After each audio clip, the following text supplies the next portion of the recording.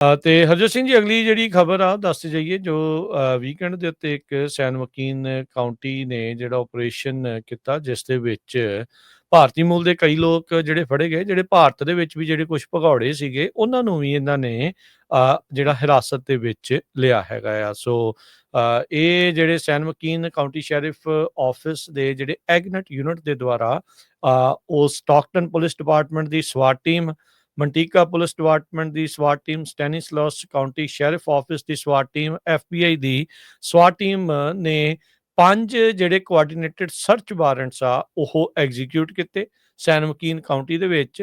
ਤੇ ਜਿਹੜੇ ਗੈਂਗਸਟਰਸ ਕੁਛ ਜਿਹੜੇ PO ਉੱਥੋਂ ਦੱਸੇ ਜਾਂਦੇ ਨੇ ਭਾਰਤ ਤੋਂ ਭਗੌੜੇ ਆ, ਉਹਨਾਂ ਨੂੰ ਵੀ ਜਿਹੜਾ ਆ ਉਹ ਹਿਰਾਸਤ ਦੇ ਵਿੱਚ ਲਿਆ। ਕਹਿੰਦੇ ਵੀ ਕਿਡਨੈਪਿੰਗ ਤੇ ਟਾਰਚਰ ਦੀ ਇਨਵੈਸਟੀਗੇਸ਼ਨ ਦੇ ਵਿੱਚ ਇਹਨਾਂ ਦੇ ਨਾਮ ਆਏ ਆ। ਦਿਲਪ੍ਰੀਤ ਸਿੰਘ, ਅਰਸ਼ਪ੍ਰੀਤ ਸਿੰਘ, ਅੰਮ੍ਰਿਤਪਾਲ ਸਿੰਘ, ਵਿਸ਼ਾਲ, ਪਵਿੱਤਰ ਸਿੰਘ, ਗੁਰਤਾਜ ਸਿੰਘ, ਮਨਪ੍ਰੀਤ ਰੰਧਾਵਾ ਤੇ ਸਰਬਜੀਤ ਸਿੰਘ। ਸੋ ਕਈ ਤਰੀਕੇ ਦੇ ਇਹਨਾਂ ਦੇ ਕੋਲੋਂ ਹਥਿਆਰ ਤੇ ਨਗਦੀ ਜਿਹੜਾ ਆ ਉਹ ਹਾਸਿਲ ਜਿਹੜਾ ਉਹਨਾਂ ਨੂੰ ਬਰਾਮਦ ਹੋਇਆ ਆ, ਉਹਨਾਂ ਨੇ ਜ਼ਬਤ ਜਿਹੜਾ ਇਸ ਦੇ ਵਿੱਚ ਕੀਤਾ ਆ। ਤੇ ਹਰਜੋਤ ਸਿੰਘ ਜੀ, ਚਰਚਾ ਕਿਉਂਕਿ ਦੇਖੋ ਆਪਣੀ ਕਮਿਊਨਿਟੀ ਦੇ ਨਾਲ ਇਹ ਜੁੜੇ ਹੋਏ ਆ, ਕੁਛ ਕੁ ਲੋਕ ਇਦਾਂ ਦੇ ਵੀ ਦੱਸੇ ਜਾਂਦੇ ਆ ਜਿਹੜੇ ਪੰਥਕ ਸਫ਼ਿਆਂ 'ਚ ਵੀ ਜਿਹੜੇ ਉਹ ਫਿਰਦੇ ਰਹੇ ਆ। ਇਹ ਚੀਜ਼ ਆਪਾਂ ਬੜੇ ਚਿਰ ਤੋਂ ਕਹਿੰਦੇ ਆ ਰਹੇ ਵੀ ਭਾਰਤ ਦੇ ਦੁਆਰਾ ਜਿਹੜੀ ਘੁਸਪੈਠ ਆ ਕਈ ਤਰੀਕੇ ਦੇ ਨਾਲ ਜਿਹੜੀ ਉਹ ਕੀਤੀ ਗਈ ਆ। ਜਿਹੜੇ ਇਨਵਿਜ਼ੀਬਲ ਇਨਵੇਡਰਸ ਆ ਉਹਨਾਂ ਦੇ ਦੁਆਰਾ ਇਹ ਸਾਰਾ ਕੁਛ ਜਿਹੜਾ ਉਹ ਵੀ ਨਾਲ ਦੇ ਨਾਲ ਹੋ ਰਿਹਾ। ਸੋ ਬਹੁਤ ਸਾਰੀ ਜਿਹੜੀ ਕਮਿਊਨਿਟੀ ਆ ਉਹ ਇਸ ਐਂਗਲ ਤੋਂ ਵੀ ਇਸ ਨੂੰ ਜਿਹੜੀ ਉਹ ਦੇਖ ਰਹੀ ਆ ਵੀ ਇਹ ਲੱਗਦਾ ਆ ਵੀ ਇਹ ਕਿਤੇ ਨਾ ਕਿਸੇ ਤਰੀਕੇ ਦੇ ਨਾਲ ਘੁਸਪੈਠ ਵੀ ਜਿਹੜੀ ਉਹ ਕਰਾਈ ਕੀਤੀ ਜਾ ਸਕਦੀ ਆ।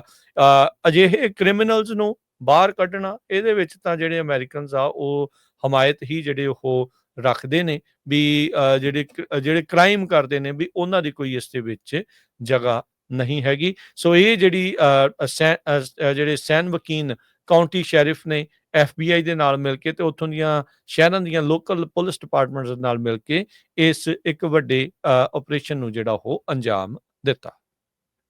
ਹਿੰਦੂ ਅਮਰੀਕਨ ਫਾਊਂਡੇਸ਼ਨ ਤੇ ਬਹੁਤ ਸਾਰੇ ਇੰਡੀਆ ਦੇ ਨਿਊਜ਼ਪੇਪਰ ਇਹਨੂੰ ਜਿਹੜਾ ਆ ਉਹ ਖਾਲਿਸਤਾਨ ਦੇ ਨਾਲ ਜੋੜ ਕੇ ਉਹਨਾਂ ਨੇ ਪੂਰਾ ਪ੍ਰਚਾਰ ਸ਼ੁਰੂ ਕੀਤਾ ਹੋਇਆ ਵੀ ਜੀ ਇਹ ਬੱਬਰ ਖਾਲਸਾ ਦੇ ਸੀ, ਜਦ ਕਿ ਹਰ ਇੱਕ ਸਿੱਖ, ਹਰ ਇੱਕ ਪੰਜਾਬੀ ਨੂੰ ਪਤਾ ਹੈ ਕਿ 1993 ਚ ਕਿਤੇ ਕੋਈ ਬੱਬਰ ਖਾਲਸਾ ਦਾ ਕੋਈ ਲੈਣਾ ਦੇਣਾ ਨਹੀਂ ਹੈਗਾ।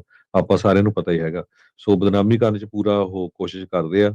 ਉਹ ਇਸੇ ਕਰਕੇ ਆਪਾਂ ਵਾਰ-ਵਾਰ ਰੇਡੀਓ ਤੇ ਕਹਿੰਦੇ ਰਹਿੰਦੇ ਆ ਵੀ ਭਾਈ ਕੋਈ ਉਦਾਂ ਦਾ ਗਲਤ ਕੰਮ ਨਾ ਕਰੋ। ਜਦੋਂ ਇੱਕ ਦਸਤਾਰ ਵਾਲਾ ਬੰਦਾ ਫੜਿਆ ਜਾਂਦਾ ਹੈ ਤੇ ਫਿਰ ਉਹ ਬਦਨਾਮੀ ਸਾਰਿਆਂ ਦੀ ਹੁੰਦੀ ਆ, ਦਸਤਾਰ ਵਾਲਿਆਂ ਦੀ। ਸੋ ਜਿੰਨੇ ਫੜੇ ਗਏ ਆ, ਹਾਂ ਠੀਕ ਆ, ਇਹਨਾਂ ਦੇ ਚਾਰਜਸ ਲਾਏ ਗਏ ਆ। ਜਦੋਂ ਤੱਕ ਇਹਨਾਂ ਨੂੰ ਚਾਰਜ ਨਹੀਂ ਕੀਤਾ ਜਾਂਦਾ ਤਦ ਤੱਕ ਤਾਂ ਉਹ ਗਿਲਟੀ ਨਹੀਂ ਹੈਗੇ। ਪਰ ਇਹਨਾਂ ਦੀ ਜਿਹੜੀ ਬੇਲ ਆ ਉਹ ਹੀਅਰਿੰਗ ਜੁਲਾਈ 15 ਨੂੰ ਆ, ਜਾਣੀ ਕਿ ਉਹ ਕੱਲ ਨੂੰ ਆ 1:30 ਵਜੇ ਦੇ ਕਰੀਬ ਸਟਾਕਟਨ ਕੋਰਟ ਦੇ ਵਿੱਚ ਆ। ਕੁਛ ਕੁ ਜਾਣਿਆਂ ਦੀ ਬੇਲ ਹੈ ਨਹੀਂ, ਕੁਛ ਕੁ ਜਾਣਿਆਂ ਦੀ $3 ਮਿਲੀਅਨ ਤੱਕ ਵੀ ਜਿਹੜੀ ਬੇਲ ਆ ਉਹ ਰੱਖੀ ਗਈ ਹੈਗੀ। ਜੀ।